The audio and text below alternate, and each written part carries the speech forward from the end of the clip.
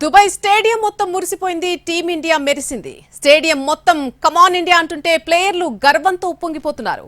అభిమానుల ఉత్సాహానికి ప్లేయర్లు ఫిదా అయిపోయారు.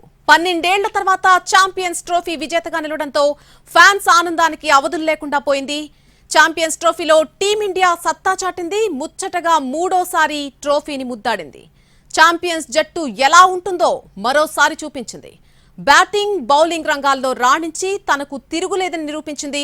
3 సార్లు టైటిల్స్ ను గెలుచుకున్నటువంటి తొలి జట్టుగా రికార్డు క్రియేట్ చేసింది.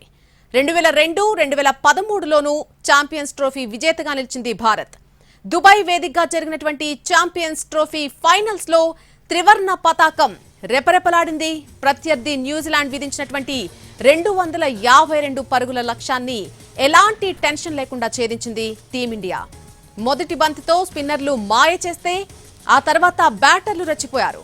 చివర్లో కివీస్ బౌలర్లు కట్టుదిట్టంగా బౌలింగ్ చేసి టెన్షన్ పెట్టినప్పటికీ కేఎల్ రాహుల్ విజయ తీరాలకు చేర్చాడు. దీంతో 4 వికెట్లు చేతిలో ఉండగానే టీమిండియా ఘన విజయాన్ని సాధించింది. తొలుత బ్యాటింగ్ చేసిన న్యూజిలాండ్ 7 వికెట్ల నష్టానికి 251 పరుగులు చేసింది. ఆరంభం నుంచి దూకుడుగా ఆడిన కివీస్ ఆ తర్వాత భారత బౌలర్ల దెబ్బకు తేలిపోయింది. వరుసగా వికెట్లు సమర్పించుకుంది. ఒక దశలో 200 పరుగులైనా సాధిస్తుందా అన్నటువంటి అనుమానాలు కూడా వచ్చాయి. అయితే చివర్లో మైకెల్ బ్రేస్వెల్ బ్యాట్ జులిపించడంతో న్యూజిలాండ్ 251 పరుగులు సాధించింది. కుల్దీప్ యాదవ్, వరుణ్ చక్రవర్తి చెరో 2 వికెట్లు పడగొట్టారు.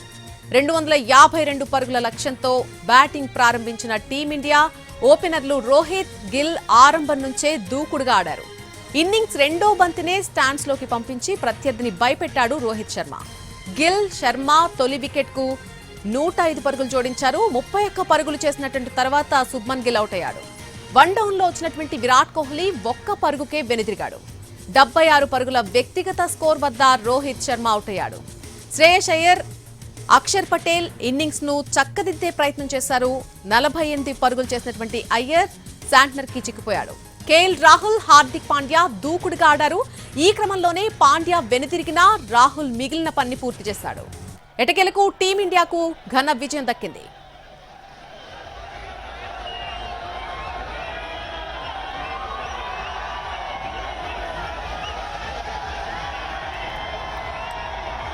టీమిండియా ఘన విజయాన్ని కైవసం చేసుకోవడంతో ఎక్కడికక్కడ క్రికెట్ లవర్స్ సంబరాలు చేసుకుంటున్నటువంటి పరిస్థితి మనం చూస్తున్నాం. ప్రస్తుతం ట్యాంక్ బండ్ వద్ద పరిస్థితి ఏ విధంగా ఉంది, పూర్తి అప్డేట్ మా ప్రతినిధి రవి అందిస్తారు. రవి, క్రికెట్ ఫ్యాన్స్ అంతా కూడా అంగరంగ వైభవంగా సంబరాలు చేసుకునేటువంటి టైం ఇది. సో అక్కడ పరిస్థితి ఎలా ఉంది? క్రికెట్ లవర్స్ అంతా ఎంత సంతోషంగా గడుపుతున్నారు? పరిస్థితి ఏంటి అసలు అక్కడ?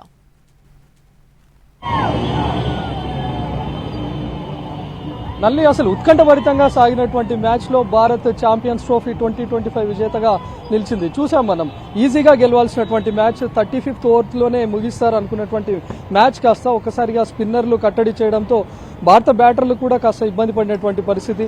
ఆల్మోస్ట్ 49th ఓవర్ వరకు మ్యాచ్ వస్తుందని కూడా ఎవరు ఎక్స్పెక్ట్ చేయలేదు. టార్గెట్ చాలా తక్కువగా ఉన్నా కూడా స్పిన్ కు పూర్తి స్థాయిలో అనుకూలిస్తున్నటువంటి పిచ్ పైన భారత బ్యాటర్లు చేస్ చేయడానికి చాలా తడబడ్డారు. కానీ చివర్లో హార్దిక్ పాండ్యా చాలా కీలకమైనటువంటి ఇన్నింగ్స్ ఆడాడు. తను చేసింది 18 రన్స్ అయినా కూడా తను హిట్ చేసినటువంటి ఒక 6, ఒక 4 విజయంలో కీలక పాత్ర పోషించింది. ప్రస్తుతం మనం చూస్తున్నాం ట్యాంక్ బండ్ వద్ద సంబరాలు మొదలయ్యాయి. ఫ్యాన్స్ అంతా ఎదురు చూస్తూ ఉన్నారు. ఛాంపియన్స్ ట్రోఫీ మొదలైనప్పటి నుంచే చూస్తే ఖచ్చితంగా ఇండియా విజయం సాధించి తీరుతుంది అనే కాన్ఫిడెన్స్ కూడా ప్రతి టీమిండియా ఫ్యాన్స్ లో ఉండేది. అయితే ఫైనల్ మ్యాచ్ లో ఎప్పుడైతే న్యూజిలాండ్ వచ్చిందో, న్యూజిలాండ్ సెమీస్ లో సౌత్ ఆఫ్రికాతో ఆడినటువంటి తీరును చూస్తే ఒక ఉత్కంఠ రేపింది. అందులోనూ కాస్త టెన్షన్ గా కూడా ఉండింది. ఎందుకంటే 230 వరకే కట్టడి అవ్వాల్సినటువంటి న్యూజిలాండ్ ఆల్మోస్ట్ 251 వరకు వచ్చింది.